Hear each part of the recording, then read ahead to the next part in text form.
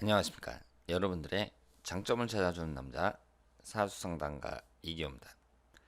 이기호의 유명인 사주 분석이 되겠습니다. 오늘은 요즘 화제가 되고 있는 개그맨 박수홍 씨의 사주 분석이 되겠습니다. 박수홍 씨가 좋은 일이 아니라 안 좋은 일로 화제가 되고 있습니다. 여러분들도 아시는 것처럼 친형에게 그동안 모은 재산을 모두 뺏겼다. 사기를 당했다. 이런 소식이 전해지고 있습니다.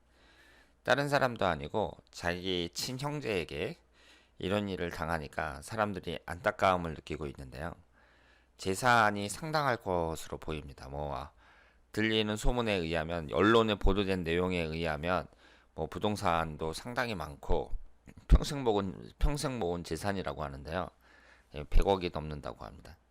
그리고 지금 박수홍 씨가 지금까지 혼자 살았는데, 이것도 그 형제가, 그 형이 재산을 뺏기 위해서 결혼을 일부러 안 시킨 거 아니냐, 이런 말까지 나오고 있습니다.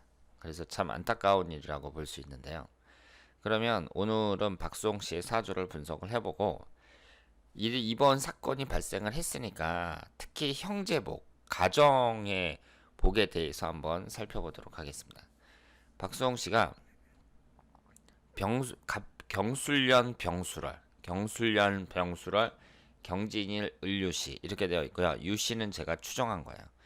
그러면 일단 사주를 보더라도 박수홍 씨가 경술, 병술, 경진 이런 게 다 뭐예요?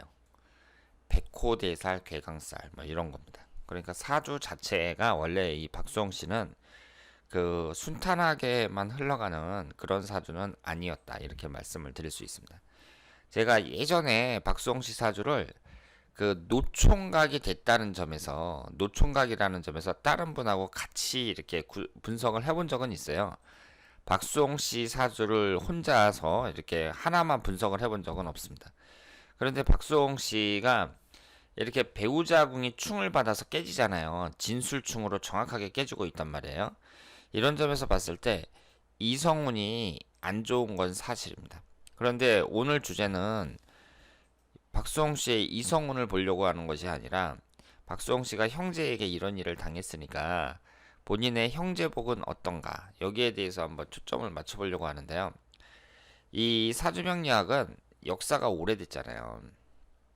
그러면 요즘에야 이제 아이들을 한두 명만 낳지만, 예전에 우리 부모님 세대만 하더라도 5남매, 6남매는 기본입니다. 예전에는 애가 생기는 대로 낳거든요. 그러니까 조선 시대부터 해가지고 예전에 우리 조상들까지 애가 생기는 대로 낳았어요. 그래서 그때는 의료가 발달하지 않아서 죽는 경우도 많이 있었습니다. 어쨌든 형제가 많았거든요. 10남매도 어렵지 않게 찾아볼 수 있습니다.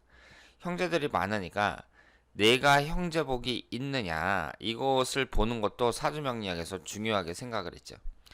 그런데 사주명리학에서는요, 형제 운을 보는 것이 바로 비견겁제에 해당이 됩니다. 여기에 보시면 비견이라고 적혀 있는데요. 이 비견이라는 것이 한자로 견줄 비자의 어깨 견자입니다. 내가 어깨를 견줄 수 있는 사람, 이런 사람들이 비견겁제예요. 형제자매 친구를 나타냅니다.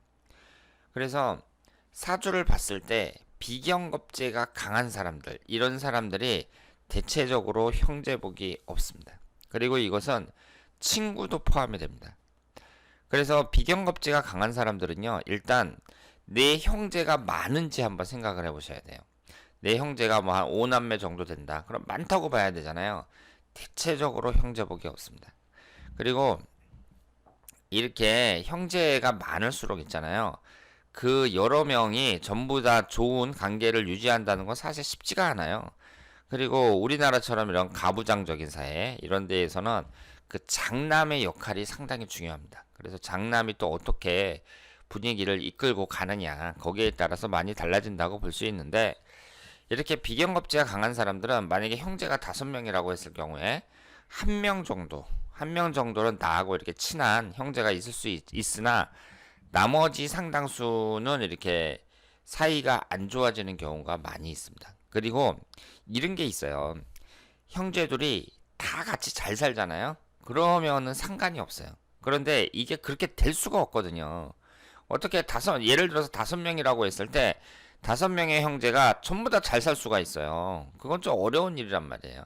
그러니까 누구는 못 살고, 그리고 누구는 잘 살고, 막 이렇게 된단 말이에요. 그러면 그 형제들 중에 뭐 어렵게 사는 형제가 뭐 좀 돈 좀 꺼달라, 뭐 이렇게 할 수도 있는 것이고, 사실 우리 사회에서 돈 꺼달라고 할 수 있는 사람이 누가 있어요? 친구들도 안 꺼주거든요. 그러니까 내가 돈을 꺼달라고 할 만한 사람이 자기 부모나 형제밖에 없단 말이에요. 그러다 보니까 형제들한테 뭐 돈 꺼달라 그러고, 그래서 그 못 갚으면은 또 못 갚았다 뭐 어쨌다 그래가지고 사이가 나빠지고 이런 경우가 많이 있습니다. 그래서 형제가 많을수록 물론 그 형제들의 복을 다 받고 그 형제들과 일일이 다 친하고 이렇게 되기는 어렵다고 보는데요. 그런데 이 비경겁제가 강한 사람들을 보면 대체적으로 하여튼 형제복이 없어요. 그리고 이 형제복이 없다는 것은 자꾸 서로 사이가 안 좋아서 싸운다, 이런 것도 물론 포함이 되지만, 그 외에 뭐 정이 없다든가, 형제 간에 정이 없다든가, 그리고 뭐 챙겨주는 맛이 없다든가. 정이 없다는 얘기는 그 어렸을 때부터 있잖아요. 형이면은 동생을 갖다 이렇게 챙겨주고 예뻐해주고 뭐 이런 맛이 있어야 되는데, 뭐 어릴 때부터 막 동생들 때린다든가 막 엄하게 막 군다든가 뭐 이랬을 때 이제 나중에 크면은 형 안 좋아하거든요. 그 밑에 동생들이. 그래서 적은 숫자도 아니고 이렇게 막 그 대가족일 때, 자식들이 여러 명일 때는 그 형제들이 전부 다 좋은 관계를 유지한다는 것 그 자체도 사실 쉽지는 않습니다. 그런데 사주학적으로 이렇게 봤을 때 대체적으로 보면 이 비경겁제가 강한 사람들, 막 3개, 4개, 막 이렇게 되는 사람들이 형제 간의 우애가 안 좋은 경우가 많습니다. 그러면 이럴 경우에는 어떻게 해야 되냐면요. 여러분들 사주를 딱 보고 내 사주가 비경겁제가 너무 강하다. 나는 무슨 비경겁제가 4개나 돼? 막 이런 사람들 있잖아요. 그런 사람들은 생각을 잘 하셔야 돼요. 우선 내 형제들을 딱 봐가지고 내 형제들이 어떤가 한번 딱 생각을 해보시고, 그리고 내 형제가 많단 말이에요. 많다는 얘기는 한 4명부터는 많다고 봐야죠. 저 같은 9세대 같은 경우에는 한 4명부터는 많다고 봐야 돼요. 4명, 5명, 6명 막 이렇게 되잖아요. 그러면 이 형제들이 우리 집 형제들은 어떤가, 뭐 우애는 있나, 사는 건 어떤가 한번 딱 생각을 해보시고, 내가 가족 구성원으로서 그냥 할 일은 해야 된다고 생각을 합니다. 예를 들어서 우리 부모님이 팔순잔치를 한다.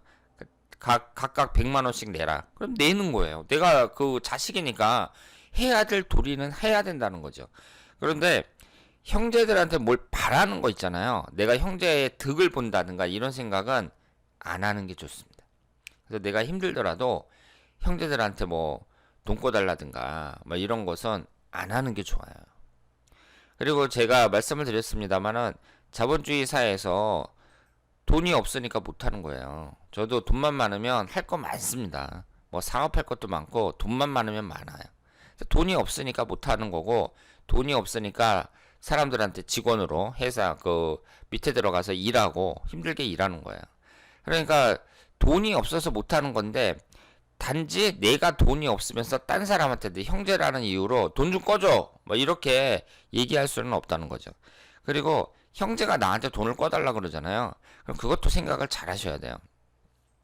내가 이 돈이 이 형제들한테 줄 만한 돈이냐, 준다고 생각하고 만약에 액수가 커서 난 이 돈을 줄 수가 없다 그랬을 경우에는 좀 냉정하지만 꺼주면 안 됩니다.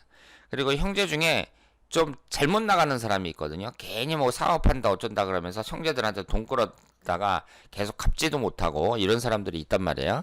그런 사람들은 냉정하게 잘라야 됩니다. 그렇지 못할 경우에는요, 같이 망해요. 같이. 그러니까 그 형제가 좀 안 됐다 그래갖고 그 사람한테 계속 도와주잖아요. 그럼 어차피 그 돈은 못 갚거든요. 거기에다가 뭐 보증서 달라든가 뭐 이런 식으로 계속 끌려가면 결국은 같이 망하는 거예요. 그러니까 좀 안타깝기는 하지만 그걸 확 끊어버렸을 때에는 그 형제만 망하는데, 만약에 거기에 내 형제라 그래서 같이 들어갔을 경우에는 나까지 같이 망한다, 이렇게 볼 수 있습니다. 그래서 이렇게 이제 성인이 돼서 각자의 가족이 있을 때에는 남남이나 마찬가지예요. 결국은 나하고 내 가족을 먼저 찾아야 된다. 이렇게 볼 수밖에 없는 거잖아요. 그런데 이 사주를 딱 봤을 때 비경업제가 강할 때 이럴 때에는 일단은 형제 자매복은 별로 없는 경우가 많습니다. 그리고 이것이 친구복도 없는 경우가 많거든요. 그럴 경우에는 사람을 사귈 때 소수를 깊게 사귀는 게 낫죠. 뭐 한두 명 정도 깊게 사귀는 게 낫지. 뭐 이 친구도 만나고 저 친구도 만나고 그러면서 아는 사람만 많아지는 그런 식의 관계 이런 것은 바람직하지 않다고 볼 수 있습니다. 그럼 박수홍 씨 같은 경우에는 일단은 사주 자체가 구성 자체가 백호대살, 괴강살 이런 게 너무 많다는 거 이것이 이제 문제고 그리고 인성운이 진술충으로 정확하게 깨진다는 점에서 인성운도 많다는 점에서 어머니 복도 별로라고 봐야 됩니다. 지금 이 사주는요 어머니 복도 별로예요. 이 그 박수홍 씨의 사주만 봤을 때는 그렇습니다. 만약에 어머니가 제대로 했다면 박수홍 씨를 어떻게 하든지 결혼을 시키죠. 연예인이지만 결혼을 시킵니다. 그렇지 않겠어요? 여러분이 한번 생각을 해보세요. 박수홍 씨가 내 아들이고 내가 박수홍 씨 어머니라고 생각을 해보세요. 나이 52세가 될 때까지 혼자 살도록 놔두겠어요? 연예인인데. 그리고 그 돈 관리 같은 것도 엄마가 철저하게 하죠. 되게 이 돈 관리는 형제가 안 합니다. 왜 형한테 맡겨요? 되게 부모가 관리를 하든가 하죠. 그러니까 여기에서는 그 박수홍 씨의 사주만 봤을 때에는 인성운이 이렇게 지지충으로 깨지고 월지 포함해서 3개나 되기 때문에 어머니를 나타내는 인성운도 좀 좋아 보이지 않는다. 이렇게 볼 수 있습니다. 그리고 이런 거는 있죠. 그 24살서부터 33살까지 기축대운. 이때가 이제 박수홍 씨가 젊었을 때에는 연예인이지만 이때도 결혼 많이 했거든요. 근데 이때 토기운이 너무 강하게 들어오면서 그 이성운이 안 좋았다는 거. 그 점이 약점이고 어쨌든 사주 자체가 일지가 충을 받는다는 점에서 결혼을 했더라도 이혼했을 가능성은 좀 있어요. 그리고 재성운이 3주 안에는 하나도 없단 말이에요. 이런 점에서 여자운이 안 좋은 건 사실이거든요. 그런데 그렇다고 하더라도 그 대운에서 이제 그 34세 경인대운이나 44세 신묘대운에 재성운이 계속 돌아가기 때문에 결혼을 못할 사주는 아니었다. 이렇게 생각을 하고 일단은 이제 다른 사람도 아니고 형한테 이런 일을 당하니까 대단히 아쉽다고 볼 수 있습니다. 그런데 여기서 알 수 있는 게 돈 문제잖아요. 그러면 돈 문제가 결국 그 박수홍 씨에게는 별로라는 얘기잖아요. 근데 이 사주에 없습니다. 재성운이 없어요. 이 돈이라는 게 동시에 여자도 나타내거든요. 그 여자도 나타내고 돈도 나타내는 재성운이 이 사주팔자 안에 하나도 없습니다. 이것은 좀 아쉽다고 볼 수 있습니다. 박수홍 씨 입장에서 봤을 때에는 그 재물운이 좀 약하다 이렇게 볼 수 있습니다. 게다가 이 사주는 수기운도 없거든요. 수기운도 없으면서 재성운도 없단 말이에요. 그래서 제가 여러 번 말씀을 드렸습니다만은 사업적인 면에서도 안 맞는 사주고요. 그리고 이 연예인이라는 이 전문직을 통해서 오랫동안 성실하게 일해서 모아놓은 돈인데 이 돈은 벌었는데 결국은 다 나가버린 거잖아요. 그러니까 사기를 당하든 뭐 관리를 못하든 어쩌든 간에 열심히 돈을 벌어가지고 모아놨다가 이것이 내 주머니에 확실히 쌓인 게 아니라 다시 나가버린 거거든요. 근데 이 사주를 봤을 때에는 돈을 나타내는 재성운도 없고 그리고 수기운에 해당하는 식신상간운도 없다. 그래서 제가 돈이라는 것은 원인과 결과를 나타내는 재성운하고 그러니까 재성운은 돈이고 그 재성운을 만들어내는 게 식신상간운이거든요. 이 두 가지가 다 없을 경우에는 재물취득에 있어서 제가 불리하다고 말씀을 드렸습니다. 그런데 박수홍 씨가 그 유씨로 했을 경우에는 만약에 태어난 시가 유씨가 맞다 그랬을 경우에는 을목이 이 재성운이 하나가 있고 그렇지 않을 경우에는 3주 안에 재성운이 하나도 없습니다. 그리고 유씨일 경우에도요. 이 시주에 이제 재성운이 하나가 딸랑 생기는데 금기운이 3개잖아요. 그런 상태에서 한꺼번에 극을 해버리니까 이 재성운이 별로 힘을 못 쓴다. 이렇게 말씀을 드릴 수 있습니다. 그래서 오늘은 형에게 사기를 당한 것으로 이제 알려지면서 많은 사람들이 이제 안타깝게 생각을 하고 있고 화제가 되고 있는데, 제가 다시 말씀드리지만 이 형제복이라는 것은 비경겁지가 강한 사람들, 이런 사람들이 이제 나타나는 경우가 많고, 특히 박수홍 씨 같은 경우에는 형제복이든 뭐든 간에 일단 돈 관리를 못한 거잖아요, 본인이. 내가 돈 관리만 잘했으면은 그 많은 재산을 갖다가 내가 아무리 형한테 맡겼어도 챙길 건 다 챙기고 그랬을 텐데, 일단 이 사주에 봤을 때에는 재물운도 상당히 약하고, 재물운이라는 것은 동시에 여자운도 나타나기 때문에 여자운이 안 좋은 것도 사실이다. 그러니까 결국은 뭐예요? 박수홍 씨의 사주 자체가 좀 굴곡이 많이 느껴지는 건 사실이다. 이렇게 말씀을 드리겠습니다. 그러면 앞으로는 어떻게 되겠느냐? 일단 대운이 신묘대운이 이제 다 끝나고요. 임진대운으로 넘어가는데, 임진이라는 대운이 그 천간에 수기운이 들어오고 진토가 들어옵니다.